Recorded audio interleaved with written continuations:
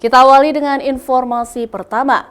Saudara, sadis aksi penganiayaan yang dialami bocah laki-laki berusia 4 tahun di Kabupaten Aceh Barat menyayat semua hati orang tua. Pasalnya pelaku yang merupakan pacar gelap ibunya tega menghabisi nyawa korban dengan cara yang sangat keji.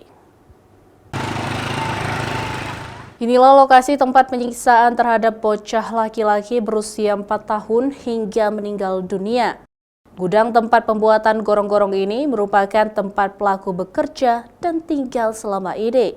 Pelaku tega menganiaya anak dari pacarnya itu dengan cara sadis hingga meninggal dunia dengan cara mencekik, membanting, lalu memasukkan kakak tua atau alat pemotong besi ke dalam tubuh korban.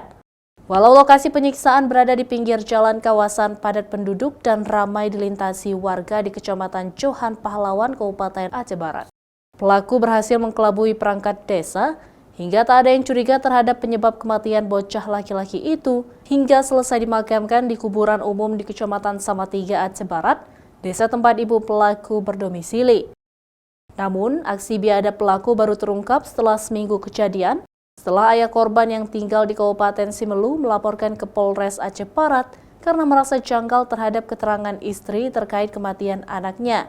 Bahkan ibu korban menyembunyikan lokasi tempat pemakaman anaknya itu berada. Tangannya di daunnya. Nah, di perut berapa kali? 4 kali berarti. 4 kali. Di waktu masukin kakak tua itu ke dalam anusnya di mana? 4 kali. 4 kali. Kayak mana caranya? Oh, udah belakang ambil kakak tua. Kanan Colok.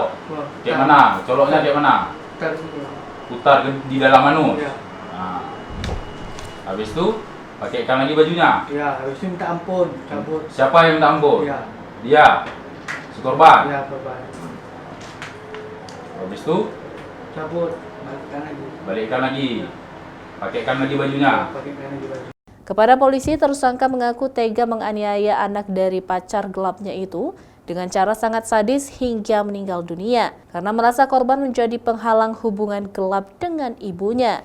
Korban ini langsung dibawa pulang dan dibawa ke desa Gampung Tengah, Kecamatan Samatiga untuk dilakukan pemakaman oleh pelaku dan keluarga pelaku di sana dan menyembunyikan bahwa sebab meninggalnya korban itu. Saya sebagai kepala desa tidak tega melihat anak tersebut waktu dimandikan di dalam kamar tersebut. Karena saya merasa iba, merasa sedih. Anak yang begitu umurnya cepat sekali dipanggil oleh Allah Subhanahu wa Ta'ala. Akibat perbuatannya, pelaku dijerat dengan pasal 76C JO pasal 80 ayat 3 Undang-Undang Nomor 35 Tahun 2014 tentang Perlindungan Anak dan atau pasal 355 ayat 1 dan pasal 351 ayat 3 KUH pidana dengan hukuman paling berat 15 tahun penjara. Raja Umar, Arif Fahmi, Kompas TV, Aceh Barat.